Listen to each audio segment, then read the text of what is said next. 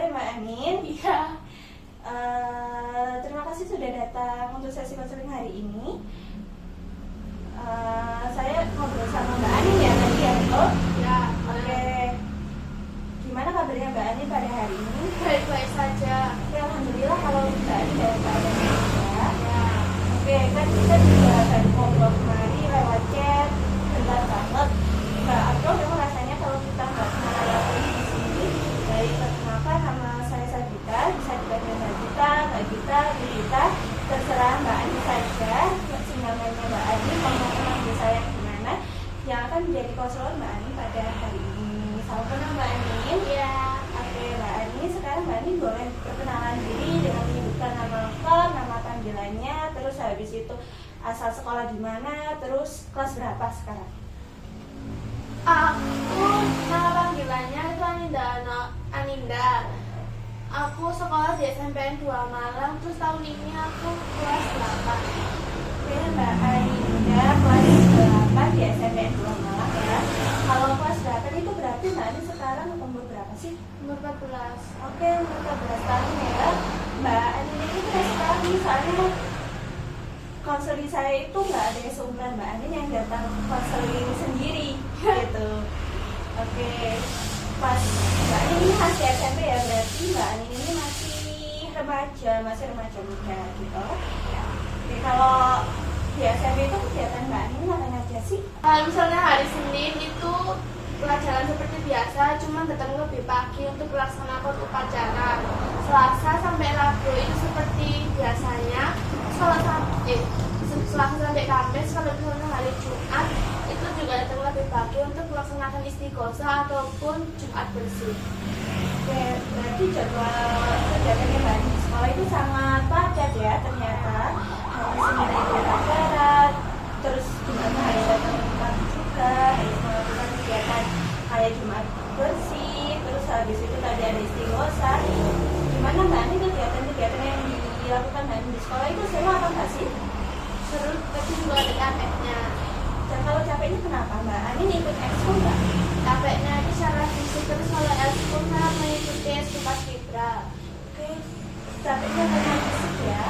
Terus Mbak Ani itu ikut ekskul paskibra. Kalau capeknya secara fisik itu biasanya Mbak Ani harus melakukan kegiatan apa di sekolah? Biasanya itu kan kelasnya jauh ya, jadi itu kadang capek aja, kayak kalau bolak-balik dari sekolah sampai ke mana itu. Oke, kelasnya Mbak Ani itu jauh ya dari mana-mana ibaratnya gitu ya. Oke, kalau Mbak Ani kan ikut ekskul paskibra. Gimana Mbak Ani pas ikut ekskul paskibra itu apa seru atau Mbak Ani juga ngerasain capek? Kalau misalnya seru pasti itu seru, soalnya padahal awalnya tuh coba-coba, tapi lama-kelamaan juga nyaman sendiri. Terus kalau misalnya capek itu capek secara fisik, soalnya itu kadang juga melaksanakan lari gitu sama PSD. Oke, karena tadi Mbak Ani itu bilang secara coba-coba ya, berarti ini termasuk hobinya Mbak Ani nggak sih? Karena tadi kan cuma coba-coba, terus akhirnya nyaman gitu kan. Terus habis itu kalau capek, Mbak Ani berarti ikut kayak kebugaran gitu nggak sih? Kayak PSB tadi gitu. Oke, berarti bisa dibilang kalau ekskul yang diikuti Mbak Ani itu seru sebenarnya, tapi juga bikin capek gitu ya. Oke, kalau boleh tahu nih, pas ikut selain ikut ekskul, Mbak Ani ngelakuin apa aja di sekolah? Kegiatan apa? Kayak misal Mbak Ani apa ikut OSIS atau selain kegiatan itu? Untuk tahun ini aku mengikuti organisasi Adiwiyata. Organisasi Adiwiyata itu apa Mbak Ani? Organisasi Adiwiyata itu kayak menjaga lingkungan di sekolah gitu, kayak mencegah sampah, kayak menjaga tanaman-tanaman juga. Karena Mbak Ani berarti Mbak Ani itu kayak ikut kegiatan untuk menjaga kebersihan sekolah gitu ya. Oke, keren sekali kegiatannya Mbak Ani ternyata.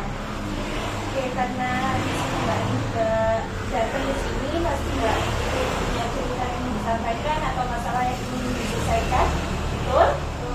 Oke, tapi izin bertanya, apa Mbak Ani pernah mengikuti sesi konseling sebelumnya? Oke, karena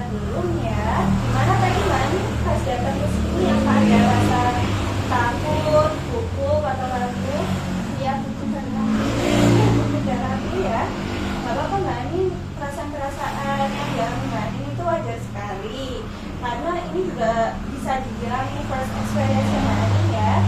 Tapi di sini Mbak Anin bisa bercerita sebebas bebasnya Mbak Anin, selama-lamanya Mbak Anin, tanpa takut judge atau dibully, ataupun Mbak Anin merasa kalau wah kayaknya kalau saya cerita di sini tuh nggak aman, karena mungkin saya akan bocorkan rahasia Mbak Anin ke pihak lain. Tapi tenang aja Mbak Anin, karena cerita di sini, karena cerita di sini sangat biasa. Oke, setelah saya menjelaskan seperti itu, apa perasaan Mbak Anin? Masih ada rasa gugup dan takut tadi? Sudah ada. Tidak ada ya? Oke, alhamdulillah, syukurnya kalau begitu. Oke, tapi mohon maaf Mbak Anin, kalau sesi konseling hari ini hanya berjalan sekitar 20 hingga 25 menit saja. Tapi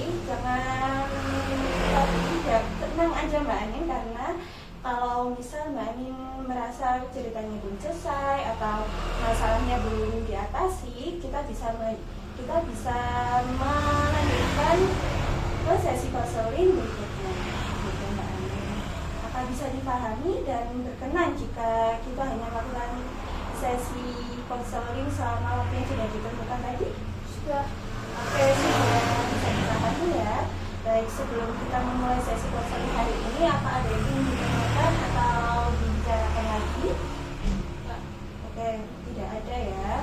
Oke, gimana duduknya Mbak Anin? Apa sudah nyaman atau masih tegang nih badannya? Sudah Mbak. Oke, Mbak Anin juga bisa rasa merah loh. Atau ada badannya Mbak Anin nggak tegang gitu? Nah, gimana Mbak Anin? Apa sudah enak? Oke, terus apa Mbak Anin hari ini membawa handphone ke sini tadi? Oke Mbak ya. Oke, karena Mbak Anin juga sudah nyaman, gimana Mbak Anin? Apa Mbak Anin sudah siap bercerita buat hari ini atau masih berwaktu? Sudah. Oke Mbak Anin, bisa dimulai bercerita. Jadi aku itu punya hobi, terus hobiku itu juga lumayan banyak juga, tapi aku bingung kalau kenapa aku yang nggak punya kelebihan. Oke Mbak Anin punya banyak hobi ya sebenarnya, tapi karena banyak hobi itu Mbak Anin jadi nggak punya kelebihan. Betul begitu. Oke, apa sih Mbak Anin? Boleh diceritain nggak apa sih hobi-hobi Mbak Anin itu? Kan hobi itu kan untuk mengisi waktu luang Ya. saja. Nah, hobiku itu ada salah satunya itu ada gambar, nyanyi, terus juga kadang-kadang itu buat kreativitas kayak bungkus DIY gitu, sama membaca buku deh. Oke, Mbak Anin ini ternyata punya banyak sekali hobi ya, seperti menggambar, menyanyi, terus membuat kreativitas DIY gitu, terus habis itu ada juga membaca buku. Nah, dari keempat itu kenapa Mbak Anin tidak merasa punya kelebihan, padahal Mbak Anin ini punya banyak hobi? Soalnya saya tidak menguasai semua hobi, itu kayak cuma setengah-setengah gitu. Oke, Mbak Anin merasa jika hobinya banyak, terus ternyata karena banyak hobi itu Mbak Anin cuma bisa melakukannya setengah-setengah ya. Tapi saya juga mendengar kata setengah-setengah Mbak Anin. Menurut Mbak Anin, kata setengah-setengah itu apa sih menurut Mbak Anin? Setengah-setengah itu kayak menguasai, cuma nggak terlalu menguasai gitu, jadi kayak nggak terlalu minat gitu. Mbak Anin nggak terlalu ya. Apa ada hal yang membuat Mbak Anin nggak terlalu minati hobi-hobi tadi? Nggak ada, cuma males. Oke, Mbak Anin males ya. Oke, karena Mbak Anin males ini, kapan bisa diceritain nggak kapan Mbak Anin itu merasa malas kalau melakukan hobi-hobi tadi?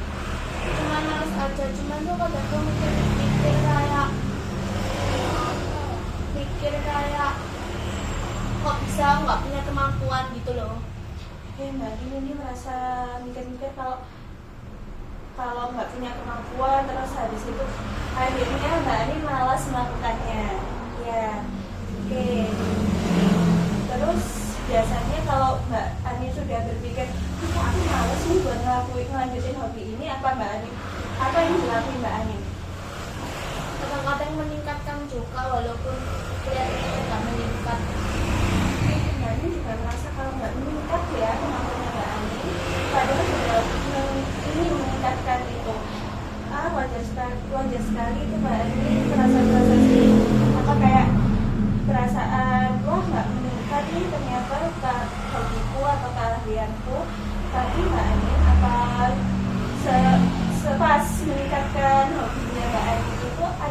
perasaan yang muncul seperti wah aku seneng nih ternyata ngelakuin hobi ini, wah ternyata seru juga nih melakukan hobi ini. Iya, tapi kadang-kadang aku malah benci soalnya aku malah memikirkan kemampuannya orang lain yang lebih dari aku. Mbak Anin ternyata juga pas merasa seneng ngelakuin hobi ini ternyata juga kepikiran gitu ya tentang kemampuannya orang lain, tapi setelah dilihat-lihat nih kayak hasilnya itu berbeda jauh terbalik dengan hasil orang lain, dan itu sepertinya membuat Mbak Anin minder ya. Oke, perasaan Mbak Anin ini dan Mbak Anin ini sudah dialami sejak kapan sih kalau melihat hasil dari orang lain? Dari awal kelas 8. Dan terus kalau kelas 8 ya, bisa diceritain nggak hal yang membuat Mbak Anin merasa minder seperti itu? Soalnya kan aku punya hobi itu kayak aku anaknya itu tidak suka membagi-bagikan aktivitas di sosial media seperti itu, cuma lalu pas di kelas awal 8 itu banyak sekali teman-temanku yang kayak percaya diri membagikan hobi-hobi mereka kayak nggak peduli jelek apa enggak. Oke, itu juga dipengaruhi sosial media ya ternyata. Ya. Mbak Anin ini nggak pernah atau nggak mau membagikan kegiatan Mbak Anin di sosial media, tapi karena sosial media itu Mbak Anin melihat teman-teman Mbak Anin berkembang, teman-teman Mbak Anin melakukan kegiatan atau hobi, dan itu ternyata merasa minder, membuat Mbak Anin minder ya. Ya oke, perasaan Mbak Anin ini wajar.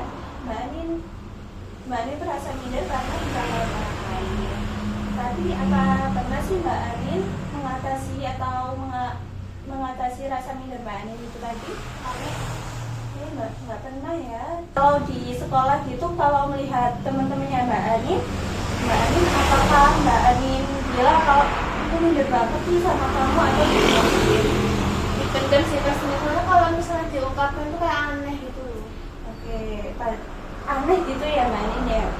Saat aneh itu apa ada unek-unek lagi yang disampaikan Mbak Anin tentang teman-temannya Mbak Anin tadi? Karena aku anaknya itu dulu pas kelas 7 itu tuh suka berinteraksi sama orang lain gitu, jadi kayak sama siapa-siapa aja itu pengen kenalan, pengen ngomong terus. Cuma di kelas 8 ini semua teman-temanku baik, cuman gara-gara kemampuannya yang berlebihan jadi kadang-kadang kayak agak minder, terus kayak kadang-kadang ada iri-iri gimana gitu, jadi kayak lihatnya itu benci, cuman aku di sisi lain juga benci sama diri sendiri, soalnya kok bisa benci sama orang lain yang padahal nggak ngapa-ngapain. Oke. Ya, berarti perasaan yang muncul karena Mbak Anin ini merasa nggak punya kelebihan atau kelebihan itu, Mbak Anin selain minder terhadap orang lain, jadi juga berubah menjadi benci. Padahal teman-teman Mbak Anin itu nggak ngapain-ngapain gitu ya. Menurut Mbak Anin, perasaan benci itu salah nggak sih Mbak Anin? Salah, soalnya kayak aku jadi kayak sifat kepenting itu loh. Oh, crime mentality Ah, gitu iya. ya. Oke, crime mentality. Kenapa Mbak Anin merasa crime mentality itu? Ya soalnya kayak masa nggak ngapa-ngapain langsung benci orang gitu, kayak nggak masuk.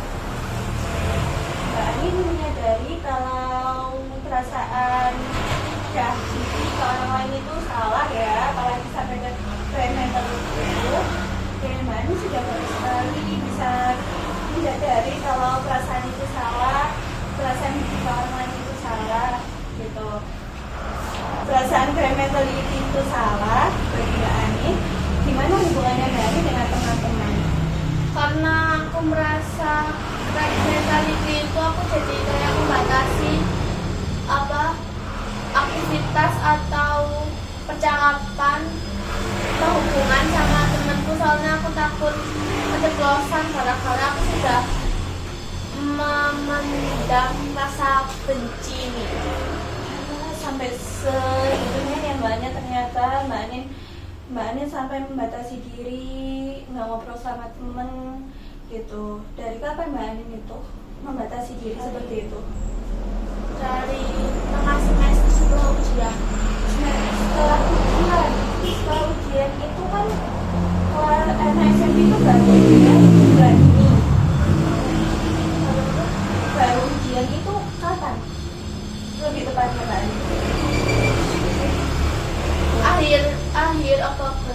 Akhir Oktober, November, Desember, sudah 2 bulan ya perasaan membatasi diri Mbak Ani ini.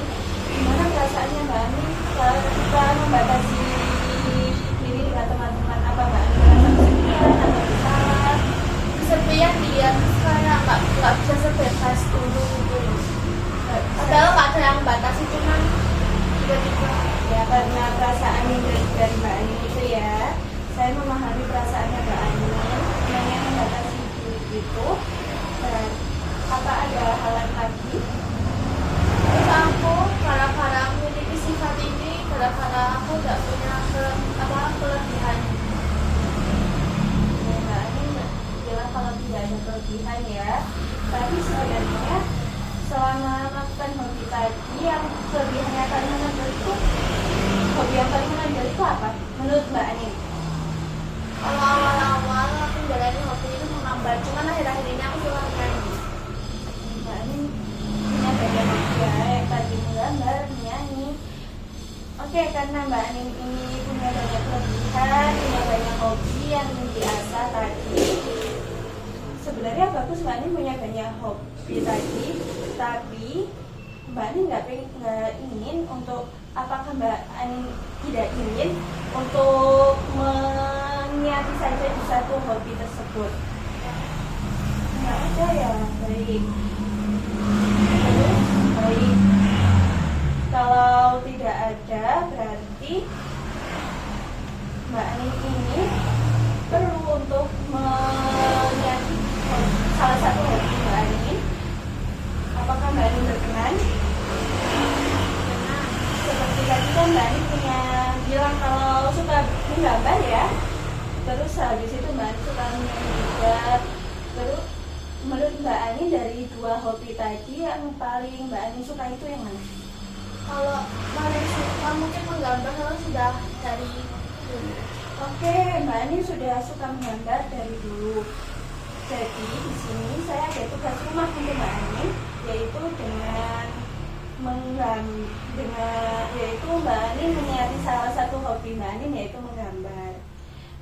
Begitu. Ya. Kalau Mbak Ani merasa sudah punya niat untuk menggambar, Mbak Ani bisa melakukan kegiatan tersebut berulang kali. Misal dalam seminggu Mbak Ani bisa menggambar sebanyak 1 kali saja. Lalu nanti kita lihat hasilnya apa menggambar itu bisa dijadikan terakhir Mbak Ani. Begitu. Apa Mbak Ani berkenan? Berkenan. Oke, karena Mbak Ani berkenan, hal apa sih yang udah Mbak Ani dapat ternyata setelah sesi konseling tadi? Dapat mengatasi perasaan minder ini. Mbak Ani bisa mengatasi perasaan minder ini ya. Oke, tadi saya belum bertanya tujuan Mbak Ani datang ke sini. Ternyata Mbak Ani datang ke sini untuk mengatasi rasa minder itu. Oke, karena Mbak Ani sudah dapat caranya untuk mengatasi minder tadi. Gimana perasaan setelah sesi konseling ini Mbak Ani? Wah, lega. Oke, ya, terima kasih. Oke, Mbak Ani merasa lega ya. Selain lega, apa ada lagi yang perasaan Mbak Ani? Perasaannya puas, soalnya sudah bisa melakukan hobi ini setelah menunda beberapa bulan terakhir. Mbak Ani juga bisa mengungkapkan ya. Wah, saya sangat bangga sekali mendengarnya jika Mbak Ani bisa mengungkapkan perasaan yang sudah dipendam sejak beberapa bulan terakhir. Rasanya sangat sesak ya di dalam diri kalau tidak langsung dikeluarkan perasaannya, betul? Oke, selain itu sudah, karena sudah juga waktunya sudah lebih dari sesi yang sudah kita jadwalkan tadi. Kita cukupkan sesi konseling hari ini. Terima kasih Mbak Ani sudah mau datang ke sini dan melakukan sesi konseling, kita jadwalkan sesi konseling berikutnya untuk membahas pencapaiannya Mbak Ani setelah meniatkan satu hobi tadi. Oke, Mbak Ani mau untuk sesi konseling berikutnya, Mbak Ani waktunya senggang hari apa dan jam berapa? Jumat di hari jam 2 aja. Oke, hari Jumat jam 2 siang ya. Oke, baik. Terima kasih Mbak Ani sudah datang untuk sesi konseling hari ini. Terima kasih Mbak Ani sudah memberikan banyak hari ini. Semoga Mbak Ani bisa menyiapkan salah satu hobi Mbak Ani agar Mbak Ani punya kelebihan, lalu Mbak Ani juga berlaku membatasi diri dengan teman-teman Mbak Ani gitu. Terima kasih ya Mbak Ani. Sesi konseling hari ini kita cukupkan. Boleh Mbak Ani bisa melanjutkan ke kegiatan Mbak Ani berikutnya. Terima kasih.